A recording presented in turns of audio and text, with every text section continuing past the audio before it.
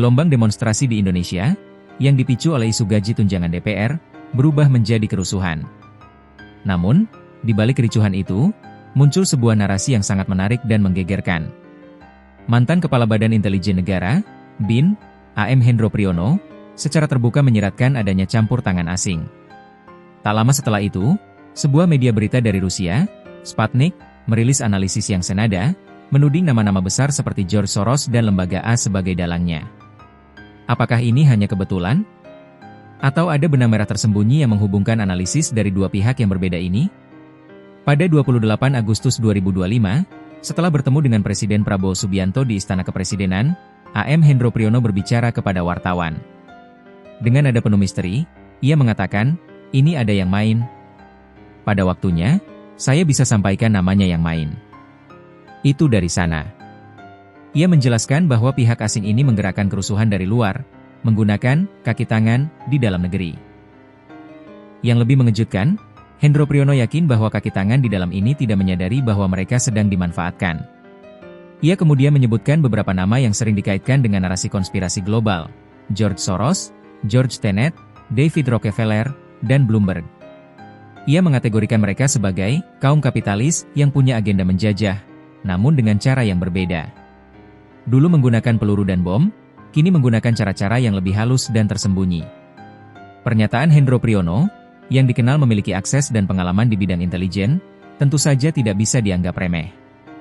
Ini memicu pertanyaan besar, siapa tangan asing yang dimaksud?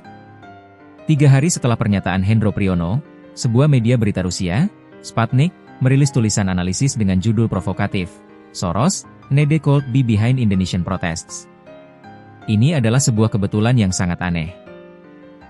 Sputnik, yang merupakan kantor berita milik Rusia, menuding George Soros melalui Yayasan Open Society Foundations, OSF, dan National Endowment for Democracy, NED, sebagai pihak yang aktif mendanai dan mengorganisasi berbagai kelompok serta media di Indonesia sejak tahun 1990-an.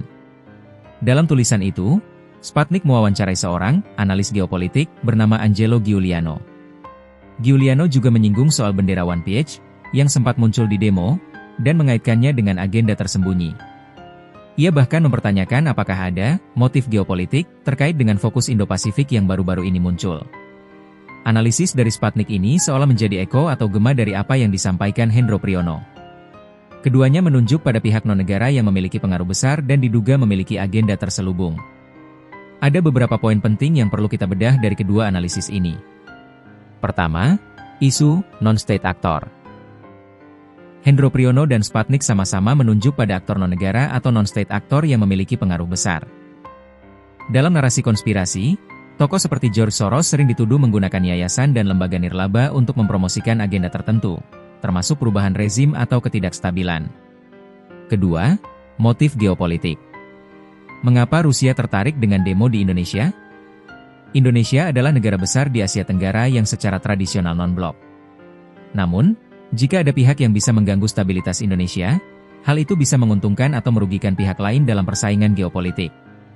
Analis Sputnik, Giuliano, menyebutkan adanya fokus Indo-Pasifik dan ketegangan seperti konflik Kamboja-Thailand. Ini bisa diartikan bahwa kericuhan di Indonesia bisa jadi bagian dari upaya untuk mengalihkan perhatian atau menciptakan ketidakstabilan di kawasan tersebut. Ketiga, simbolisme demo. Munculnya bendera One Piece, yang awalnya dianggap sebagai simbol pop culture, kini dipertanyakan apakah ada agenda tersembunyi di baliknya. Meskipun sulit dibuktikan, dalam dunia spionase, hal-hal kecil seringkali memiliki arti yang lebih besar. Tentu saja, kita tidak bisa langsung menerima analisis ini mentah-mentah. Namun, kenyataan bahwa dua pihak, satu dari dalam lingkaran intelijen Indonesia dan satu lagi dari media yang berafiliasi dengan Rusia, memiliki narasi yang senada, adalah hal yang patut dicermati.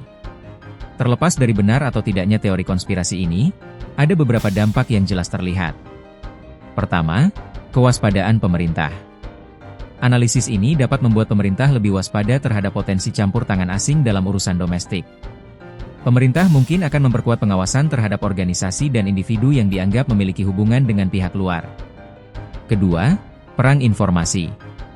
Insiden ini menunjukkan adanya perang informasi atau information warfare di mana narasi dan propaganda digunakan sebagai senjata. Tudingan yang dilemparkan oleh Hendro Priyono dan Sputnik bisa jadi bagian dari perang ini, baik untuk tujuan internal maupun eksternal. Ketiga, dampak pada kebebasan berpendapat. Jika narasi ini terus berkembang, ada risiko bahwa setiap protes atau gerakan masyarakat sipil akan dicap sebagai hasil campur tangan asing, yang bisa mengikis kepercayaan publik dan membatasi ruang kebebasan berpendapat. Jadi, bisa kita simpulkan, analisis dari AM Hendro Priyono dan media Rusia Sputnik, yang menuding adanya peran asing dalam demo di Indonesia, adalah sebuah narasi yang sangat menarik dan patut untuk terus kita amati.